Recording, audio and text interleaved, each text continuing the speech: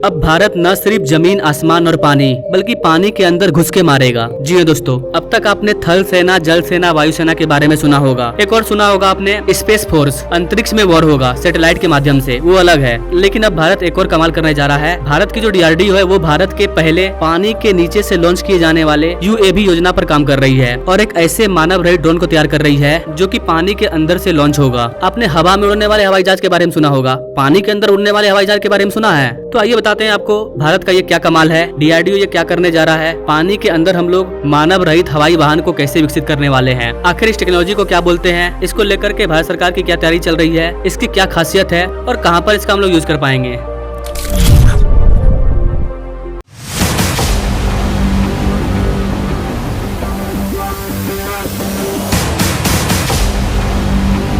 दोस्तों, भारत की पानी के अंदर सैन्य क्षमताओं को बढ़ाने के लिए DRDO ने पुणे में स्थित एक रक्षा स्टार्टअप की मदद से अपनी तरह का पहला पानी के अंदर लॉन्च होने वाला मानव रहित हवाई वाहन यानी कि ULUAV विकसित कर रहा है। इसे हम लोग अपने पनडुब्बी से लॉन्च कर पाएंगे। DRDO के प्रौद्योगिक विकास कोष TDF ने प्रतिस्पर्धी बोली प्रक्रिया के माध्यम से 17 कंपनियों में से सागर डिफेंस इंजीनियरिंग प्राइवेट लिमिटेड को चुना है और उसे ही ULUAV के लिए प्रौद्योगिक विकास अनुबंध दिया है।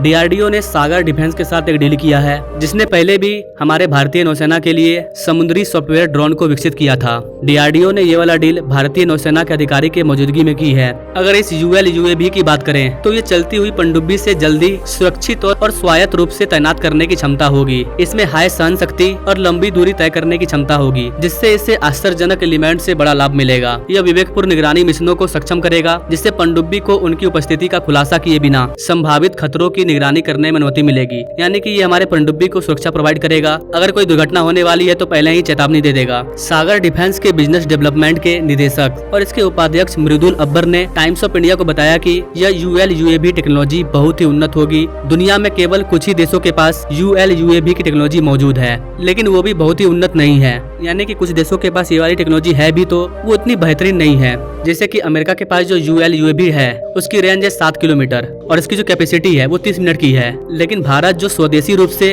अपना खुद का ULUAV तैयार कर रहा है, इसकी क्षमता 30 मिनट नहीं 1 घंटे की होगी और इसकी जो रेंज है वो 20 किलोमीटर होगी। यानी कि अमेरिका के रेंज से 3 गुना ज्यादा और कैपेसिटी भी आधा घंटा ज्यादा है। यानी कि अब अपना प्यारा भारत अमेरिका से भी आगे निकलने की तैयारी कर रहा है। भले ही छोटे छोटे चीजों में कर रहे हैं, लेकिन कर रहे हैं। और ऐसे ही करते करते हम लोग आज न कल अमेरिका को जरूर पीछे छोड़ेंगे।